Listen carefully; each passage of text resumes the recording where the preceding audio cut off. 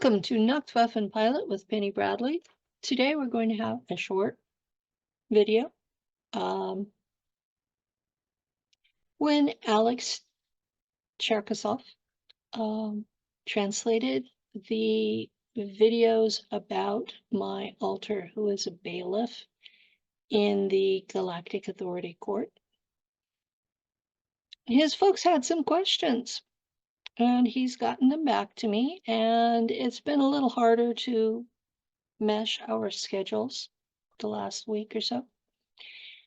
And so I'm doing this one solo, and I will be giving him the video and he will be translating it into Russian for them. Okay. Who are the Lords of Karma? They are interdimensionals. They don't have physical bodies in 3D. Some have come from the upper realms and others have come from the lower realms. So the tree of life and the tree of death. And they have them kind of balanced. So there's some of each. And they have to agree on a punishment, something that all of them agree on. So the punishments are unanimous. So the good guys and the bad guys both have to agree. So they're not easy punishments either. It's usually like, okay, you helped create a slave race, so you get to spend 10,000 years as a slave so that your soul finally learns that slavery isn't a good thing. That's the kinds of punishments that you get. You get to reincarnate that many times. Something like nearly 1,000 years of killing children to satisfy a drug addiction. That one's going to be a while. That's a whopper. It's not only violation of the prime, but it's torturing children who did not give consent. And it's incomplete violation of all of the ethical rules. So he's going to be there for a long time. He may be reincarnated as children, one after the other, that suffer this fate. That's the kind of punishment that they give. Now you've got, these are all folks who have lived in physical bodies for some time, not necessarily on Earth. And they were chosen because of their interest in justice and ethics. And it might sound strange to you that folks from the Klipvoth might have ethical standards, but oh, they do. They get really upset about violations of the prime and violations of innocence, especially the free will rules. You will find that these folks are sticklers for the rules being completely observed, nitpicky even. And I understand that the team of the Lords of Karma varies in number from 12 to 24. So it's not something that's set in stone, but there's always one of each. One from the light and one from the dark light. And that's a distinction that folks don't normally make because they think the darkness is without light, but the dark light is just as bright. Your eyes just can't register it. So they do somehow work with the judges at the Galactic Authority, and they manifest a pair of spokesmen that I believe function basically as bailiffs, and they come and take the soul, the consciousness of the executed person into their custody upon death. So there is no escaping them. And because they're from different planets in their physical forms and different sources, they look different. And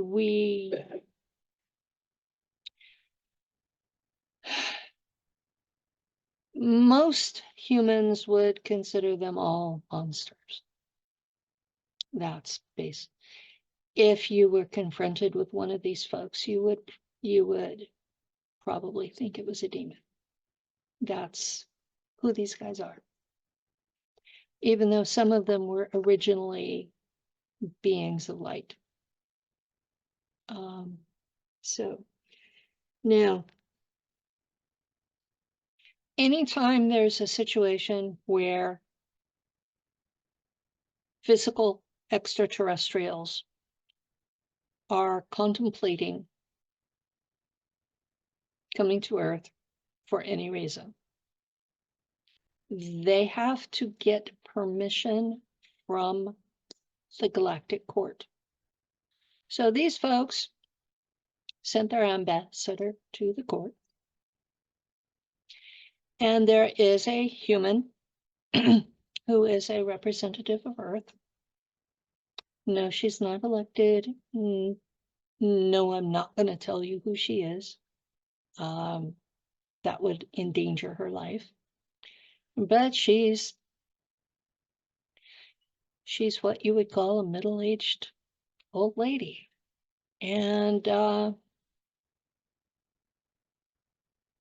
she decides if people used loosely can visit Earth. And because the Mantid Empire were invited to come do a hoax invasion, they were invited by the Pentagon. They thought that they had a shoo-in.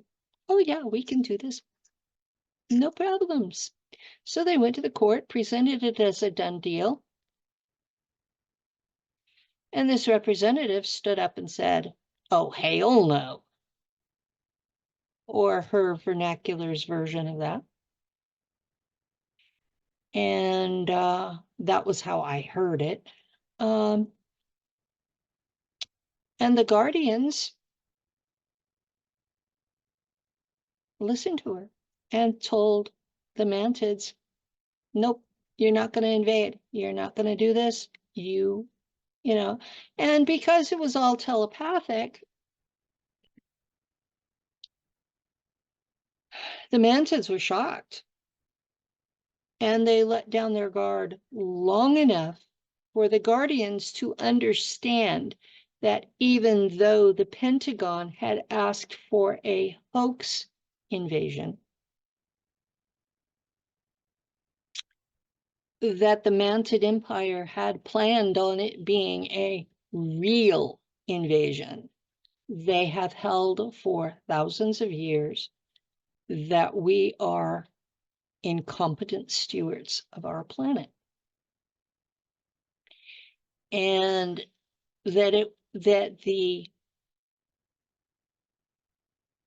life library that this planet is would be better in their hands than ours.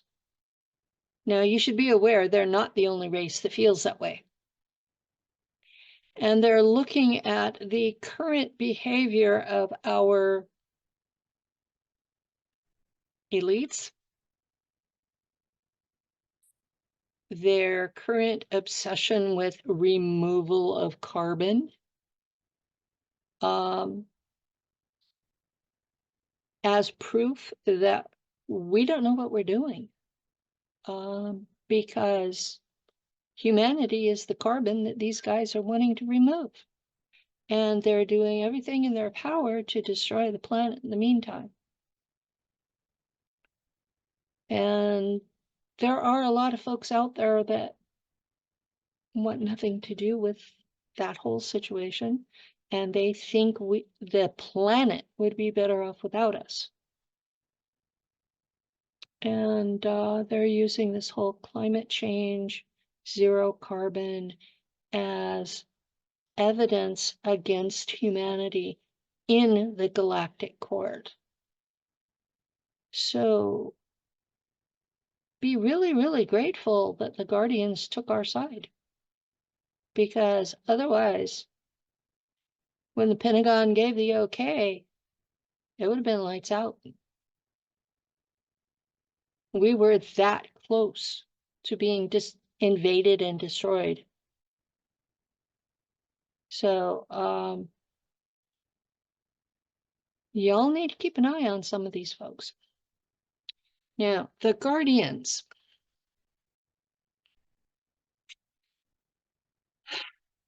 There are whistleblowers that paint the Guardians as some sort of avenging angels who are protecting us.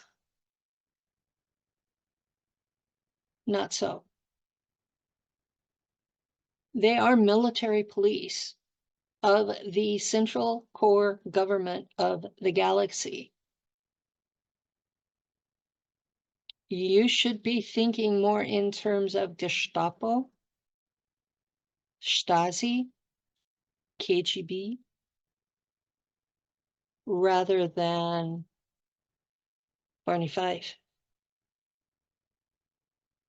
These are in the American tradition. These are like Texas Rangers. One riot, one ranger. And if you see their ship in our skies, be scared. Because they solve problems. And they're not always gentle about it.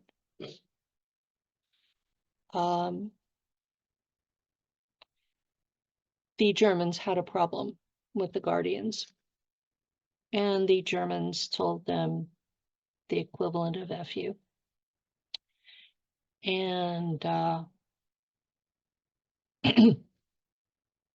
Guardians gave them to their time limit, and then they blew up the planet with 1 billion people on it. And the Germans have been traveling back in time. Oh, gee, this was in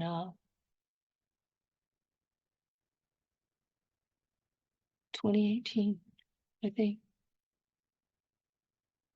So it's been 5-6 years since these programs started to travel back in time and rescue as many people as possible. And even with the Draco assisting with ships and manpower. By when it was all said and done, we were only able to rescue half the people on that planet. These folks don't kid around. They tell you to do something, you do it.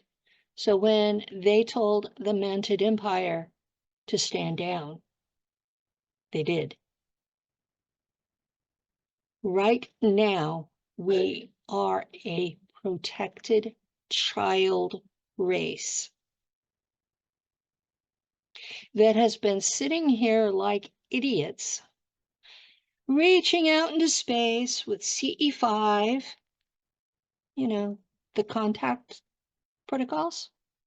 We've been reaching out into space where whoever hears us gets an open door to come down here. Well, there's folks out there that you really don't want to come see you. There's a group called the Matra. They're from the Andromeda galaxy that's heading to collide with the Milky Way in 1 billion years. Yeah, those folks. They're carnivores. That's all they eat is meat. But they're very destructive. They destroy for the sheer joy of destruction. They enjoy smashing things, whether they eat it or not. And they have been in our part of the galaxy. And those Draco and Orion reptilian empires that you so love to hate, those folks saved you from the Major. So things out there are not the way they are presented by the religious folks. They are not the way they're being presented by the V2K, which comes straight from the CIA, who has their own agendas. I'm not saying that the Draco and Orions are necessarily wonderful people, or that they don't have an agenda of their own. I think I have described them before as a mafia group. So if you understand what mafias are like with protection rackets and strong arm twisting and occasional executions, you should understand what these reptilian groups are like. They're not demons. They are incarnated, intelligent beings. And they're watching out for their own interests, which just happened to protect us this time. But you have to look deeper. Everybody I talk to, they have these surface ideas, like space is a comic book. It isn't. These are real people that don't necessarily look like us. Some of them are a lot smarter than us. Some of them are a lot older than us and have learned a lot. We're children in their eyes. And right now we're being protected like children are supposed to be.